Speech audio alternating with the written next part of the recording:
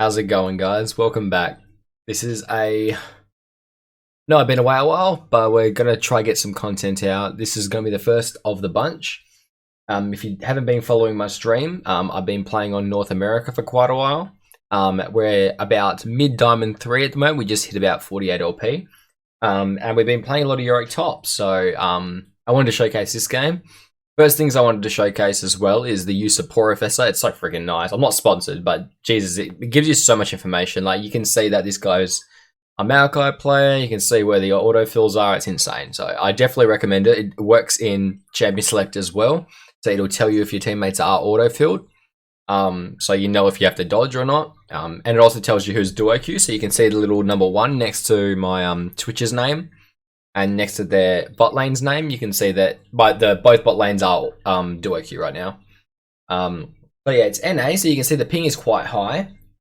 I'll probably skip a bit forward, just because otherwise we could be here for quite a while.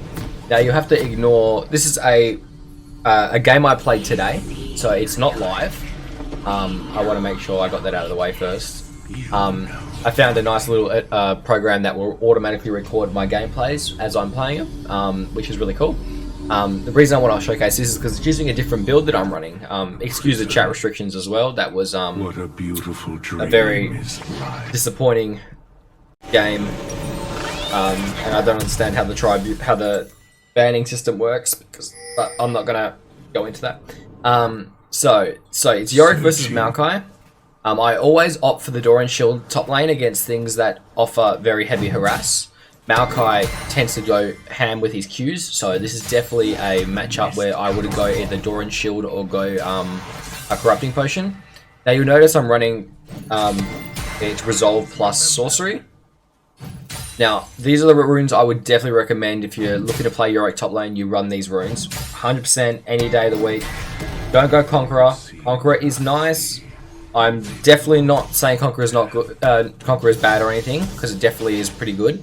But Grass gives you a nice little early, like an early game strategy, which is basically stacking that grass. So you'll notice I go for the odd Q on the Maokai. I don't bother trying to get graves that much early, because what you want instead is to just land your Q. Every time you get a grass extra damage from it, you get yourself 5 extra max health. So if you can get 10 Qs during laning phase, that's 50 extra max health. So it really does add up quite a lot. And you'll see I'm pairing it with sorcery. Now the reason I go sorcery is because there's a little build that I've been going these past probably 4 or 5 days.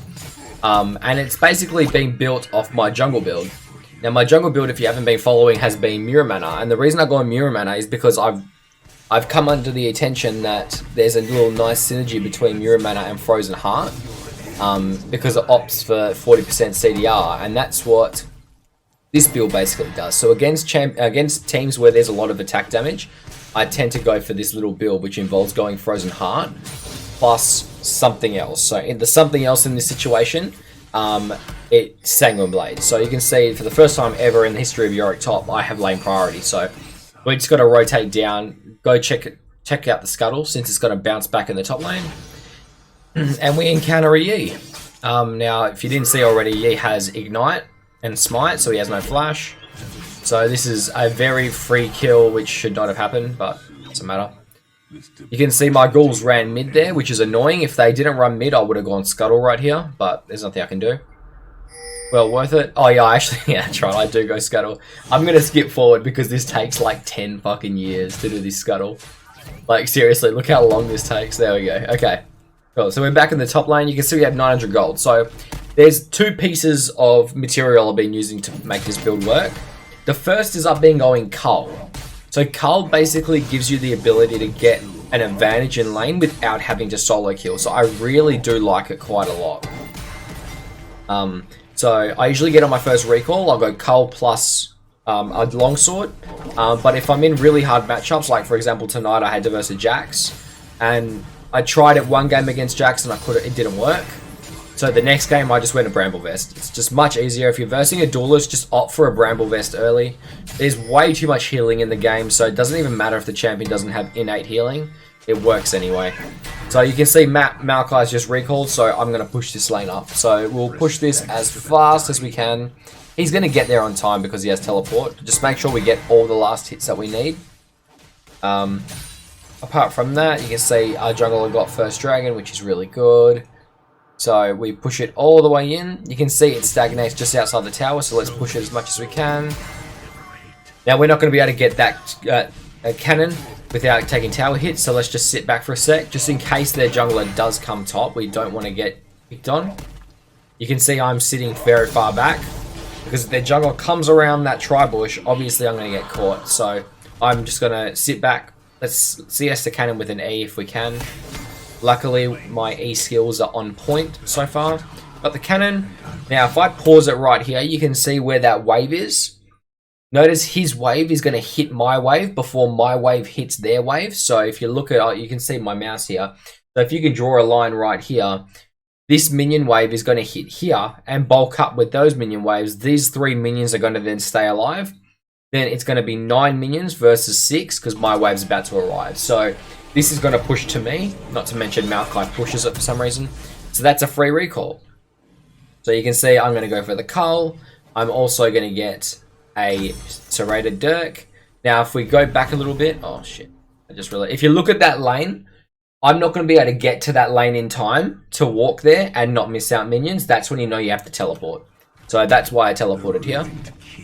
Don't teleport to the minions either. If I do teleport to that minion, he W's me, knocks me back with Q, and I end up taking an entire minion aggro worth of health. So definitely worth going to the tower there.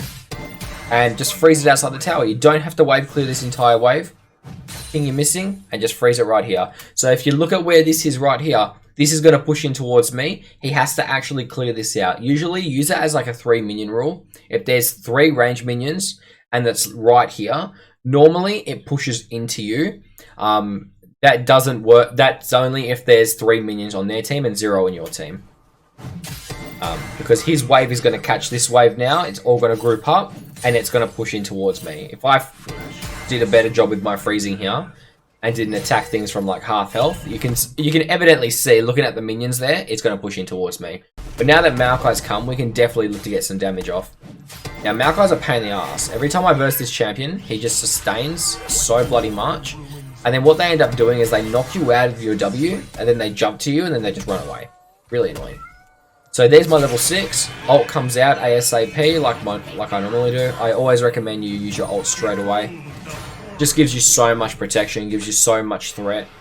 But you can see my mana's a bit low, so we're not going to opt to go for too much. My eye right now is on that scuttle. You can see there's a scuttle in the top river, so my eye is definitely on that scuttle. So I'm going to run straight down and go have a look at that scuttle.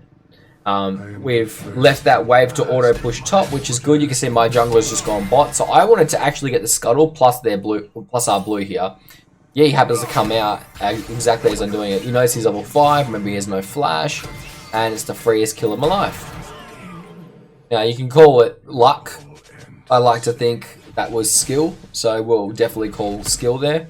I know this game looks rather easy and rather simple, but I wanted to showcase it anyway because there is quite a lot that goes on later with regard to how to end the game that I think is really good. Now, what I just did there, I just want to go back a bit and showcase because a lot of people will not understand why I did that.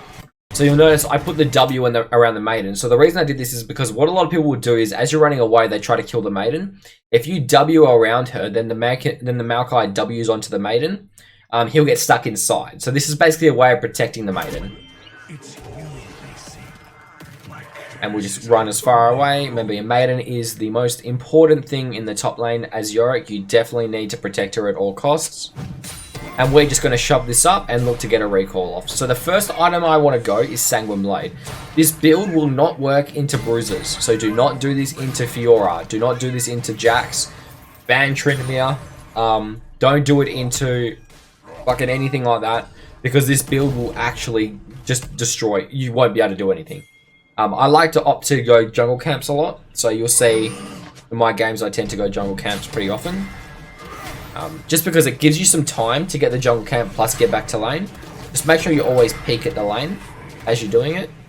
So let the ghouls finish. You can see there, I got a jungle camp and there's still 3 melees in that wave. So I didn't actually miss a single CS in that.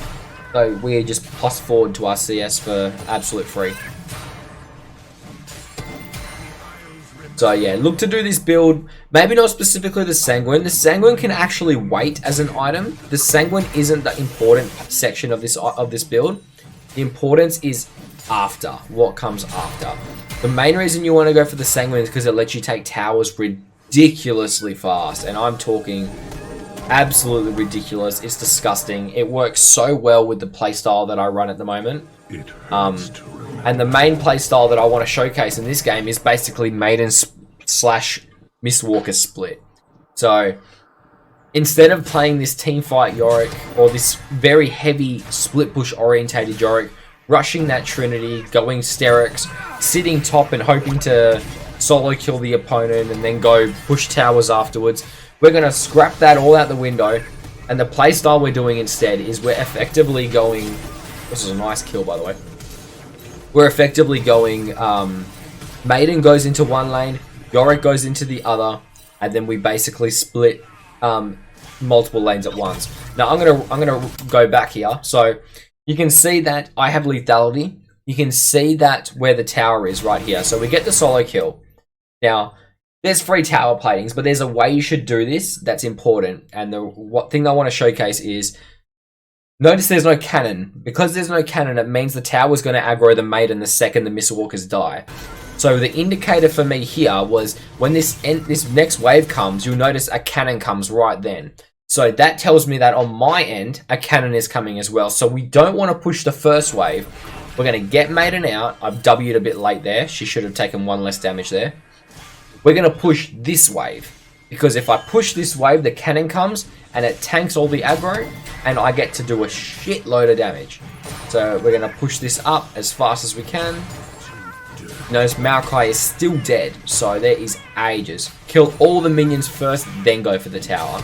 So you'd be amazed with how much damage Yorick actually does to towers. It's absolutely disgusting. Just remember to W on your way out. So you know that W comes out, tower hits the wall once, bang, Maiden comes out for safety. So we got 4 platings in that play. That's pretty no, 3 platings in that one play. That is absolutely nutty. So you can see I go for the Sanguine Rush. Now, you can opt to do the Sanguine Rush if you want. I suggest you give it a shot in a few games. Like I said, don't do it into heavy duelists. You want to do it into shit like Maokai, shit like Scion, Singed, Vladimir, stuff like that is really good options for the Sanguine Rush. I wouldn't do it into something like Jax. Into Jax, just rush Ninja Tabbies. If you're against any duelist, just rush Ninja Tabbies and go for something like... Fucking, I don't know. They're impossible matchups anyway. There's a lot you can buy for him, but a lot that doesn't work for him. We're just going to focus on getting ghouls here, so you can see we're just CSing all the minions we can. Absolutely juicy there. And now we're just going to shove this lane. So the core process of this build is effectively we combine the really high armor items that also give a large amount of CDR, and we pair it with Transcendence. So with Transcendence, you can run Iceborne Gauntlet with Frozen Heart. That's 40% CDR and an extra 180 armor. That is disgusting. Into double damage comps where they have double ADs, it is nutty. It is absolutely disgusting. So what you can do is you can pair that with Ninja Tabby, and if you pair it with Ninja Tabby, then that's an extra another 30 armor. By the time you hit like level 12, you have 300 armor. It's absolutely hilarious. After that, you'll want to opt for something like Cleaver. Now, the reason I go Cleaver is not because of Iceborne Gauntlet Cleaver. I am not an Iceborne Gauntlet Cleaver player. I have spoken about this on stream recently. This is not a Cleaver Iceborne build, so I am not converted. I know Camp Psycho, if he's watching this video, is currently extremely excited. But basically what this build is, it's a armor rush, and then you basically play for the Transcendence. So you play to get that extra 20% CDR that comes alongside the Cleaver. So Cleaver effectively ends up giving you like 65, 68 AD. It's insane. And as a final item, what you'll do is you'll go for something like Last Whisper. Now, Last Whisper is a really weird item to go. No one ever builds this item in Yorick. And the reason I build it is because a lot of the times Last Whisper is what lets you take towers extremely easy, and also lets you solo kill your opponent very easy. You can see I've taken the Rift Herald, we're popping it top ASAP. I always recommend use the Rift Helmet as soon as possible. I probably didn't have to, because this tower would have dropped to a Q if I had used it earlier. Not that big a deal. You can see Yee's there. Now, in this situation, I would ask you, can I win 2v2, 2v1? Answer's yes, so we're going to push. We're going to force. We're not going to back out. We want Yee to come in. But I was hoping he would come through that bush. He didn't come through because he's gone missing. I'm going to back out a little bit.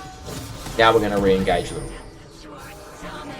So we're going to go say hello. You can see Eve's here. Now, in this situation, I don't have ghouls. It's not worth, so I'm going to focus on getting ghouls first.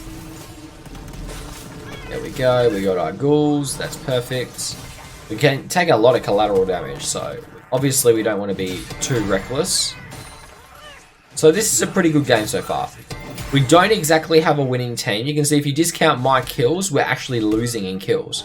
But at the same time, we're playing really well. You can see we've got a whole level lead on the Maokai. Now, in this situation here, I see a lot of Yorick mains. What they'll do is they'll stay top endlessly. This is not the best way to play Yorick. What you should be doing is looking for your time to get out of lane. Right now, looking back at the video now, I can't remember if I do it, but this is definitely an indicator for me that it's my time to get out of lane. I can't push under that tower with him standing there. My team is still dying on the side as well, so obviously there's no reason for me to sit top unless this Maokai leaves the lane. Now, I can't make him leave the lane, so I don't have Last Whisper yet. He's already got a lot of armor. We should be piecing the hell out. He makes a little misplay here. But of course, I can't really. I tried to, yeah, let's pretend that didn't happen. I got high ping, we'll blame that. You can see the cannon comes, and all of a sudden Maokai's left the lane, and we are taking towers ridiculously fast. So I've seen a little teleport opportunity. We're going to do a two-part play here. So ghouls will stay in that lane because they teleport, because they attack the minion. So we'll catch up the Ezreal as well. That was a very nice play. After that, remember I still have ghouls in the top lane, so we're going to push up bot. Now we've seen the Maokai top, that my team's gone to a fight. I can see that champion, can't remember his name, but he's come to defend me. You can see there's a cannon minion here, which means there's a cannon minion coming. W comes up to block off some of the damage. Stalling time for that cannon to come. Cannon's finally here. Maiden doesn't take aggro. So that was a lot of innate thinking there that went into that. They probably doesn't seem apparent. As soon as I saw the cannon, I knew we had one coming, so I just needed to stall time. I focused the minions instead of the tower, so Maiden would constantly raise new targets for the tower to attack until that actual cannon got there. So you can see we recall, got our cleaver, and we are laughing. From right here, I knew the game was over. I knew I could have predicted it right here that we had won the game, just because I had all the items I needed. Now it's just pop off time. Now I'm just looking for my fights. So I've seen the first one at top. You can see there's a Master Yi going absolutely ham sandwich. Thresh gets a nice kill, but then the cat comes. Now note that I have the cleaver, so I can easily kill Katarina here. She jumps. Now, my Maiden is raising ghouls right now. Those ghouls are going to be attacking, and they're going to be adding movement speed to me through my cleaver, so I can actually catch her. You can see I'm fast as hell.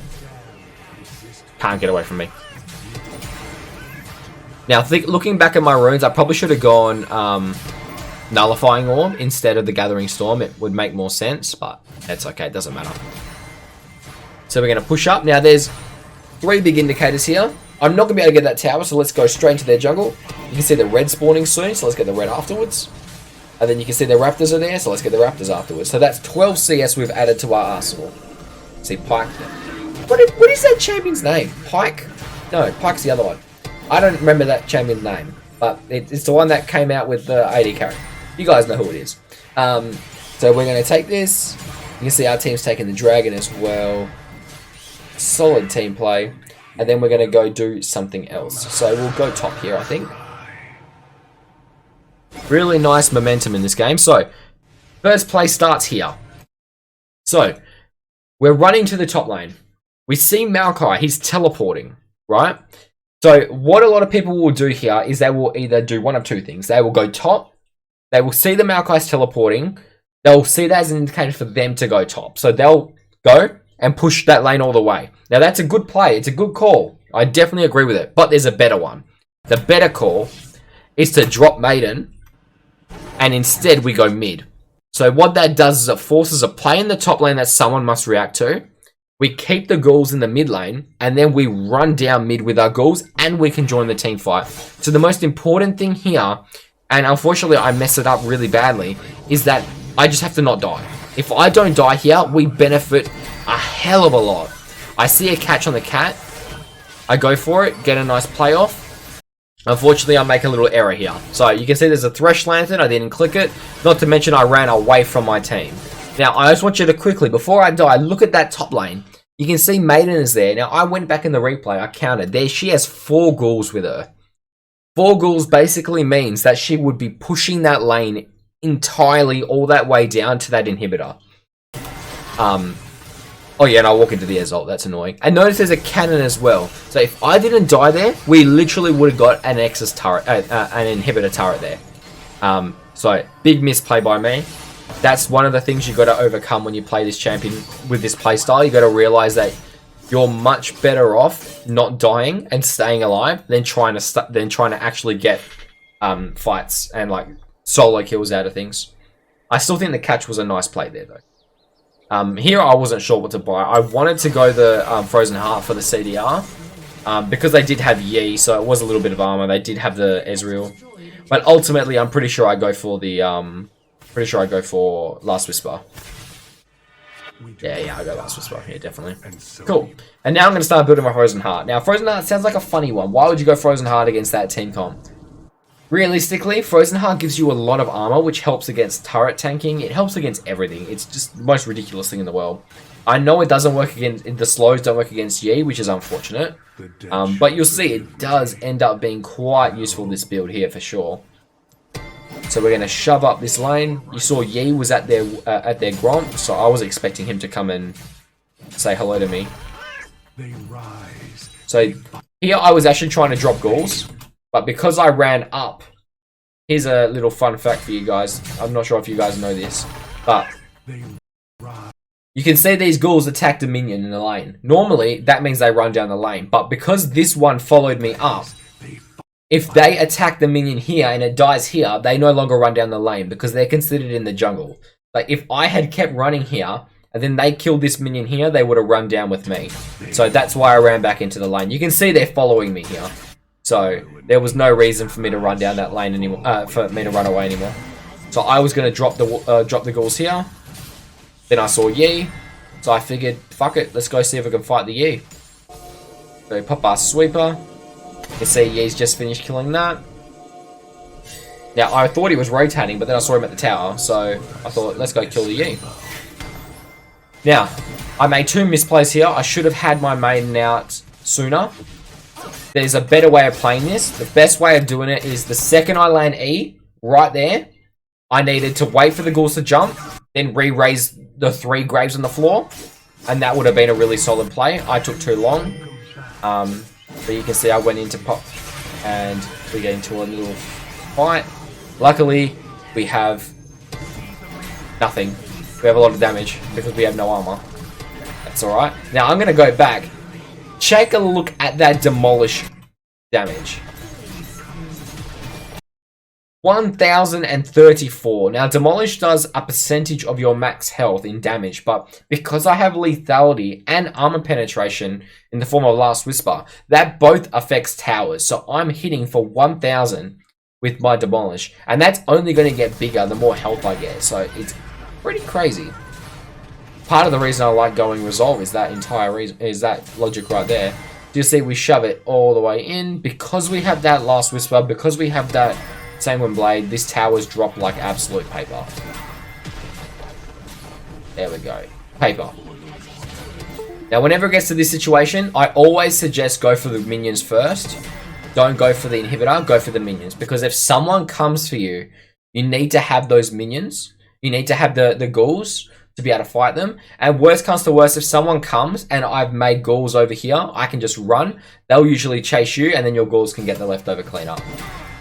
So, no real issues there. Now, this is a typical Ninetales play that I make a lot. whenever you've done this and you push them into the base, it happens a lot with dragons and team fights.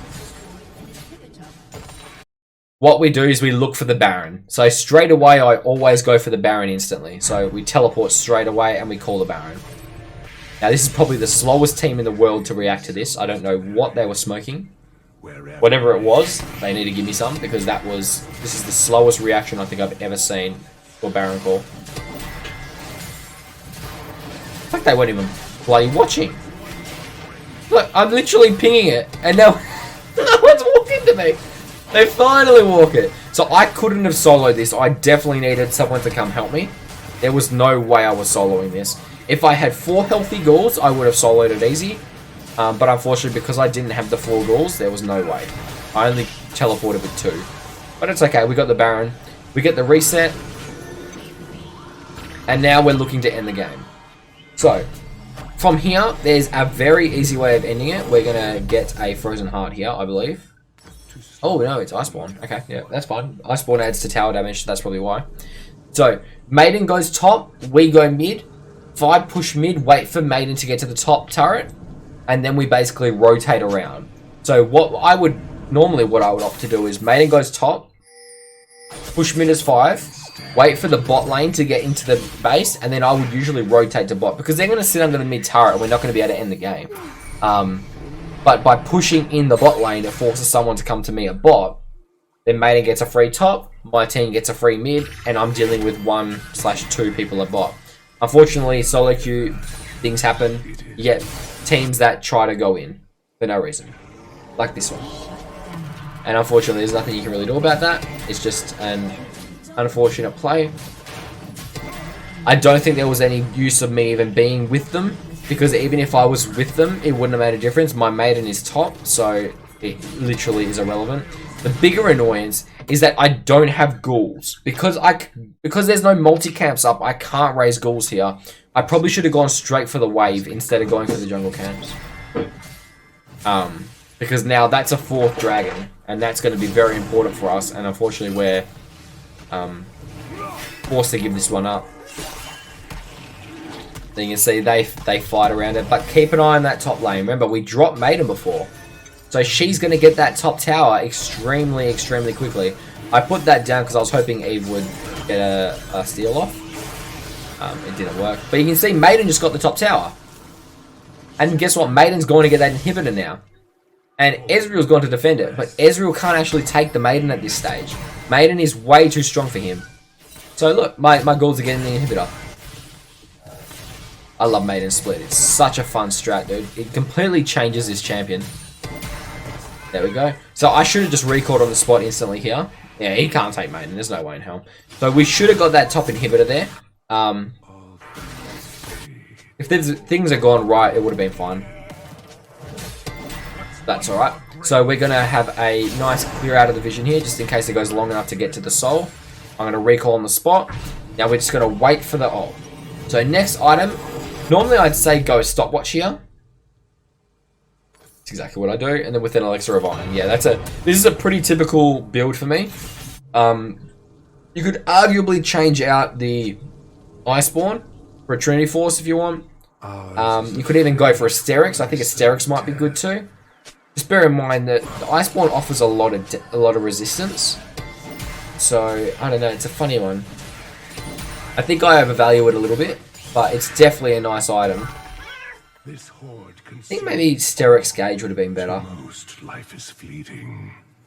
Yeah, I think Sterix might have been better here. Anyway, we're going to look for the end. So you can see, bot lane is pushing up. Top lane has no inhibitor turret. So you always want to send Maiden to a lane that has no inhibitor turret. Don't try to send her to a lane with an inhibitor, with a turret, if you can avoid it. If there's another choice, definitely go the other one. Because what happens is, people don't realize, but there's a bug at the moment, and it's been in the game for like probably 4 seasons, where if Yorick's minions take a tower and they're side splitting, they will finish that tower and then they get like unassigned their action and they run to Yorick instead. So they won't actually continue to that inhibitor unless there's a minion that forces them to attack the minion first, and then they attack the inhibitor afterwards. So it's a bit annoying. It's hard to explain, but I hope that was clear enough. So I'm going to make my way top, and I'm going to drop my Maiden top. And then luckily Yi shows his face, so easy peasy, let's go for the 1v1. But ult comes out early, don't want to wait, and let's go straight onto the E. Go for the E, miss it in typical Ninetales fashion, pop that stopwatch early. Definitely don't want to die to that. And then watch the Maokai just shred. He just drops so fast, dude. That's through gargoyles, that's through armor, everything. So what we should have done here is drop my R and go mid, but you can just run up through mid here, run up through top. It's not really an issue at this stage. Game's pretty much over off that. Yeah, easy. There's nothing they can do at this stage. It's way too strong, way too over. I should have been mid here though, not top. And that's pretty much GG. Not much else I really had to do. We had a lot of pressure. They didn't play very well. But I wanted to showcase how many opportunities there were to Maiden split. It's crazy. It's actually such a fun strat. I wish people would try it a bit more often. I'm going to probably try to post another one today as well of one of the other games I played because I had some really solid games lately. But anyway, I hope you enjoyed this one. This one, like I said, at the moment I'm playing on North America and we're around about Diamond 3, almost Diamond 2 MMR, so we're going to be going wild. So thanks for watching, guys, and I'll catch you guys in the next video.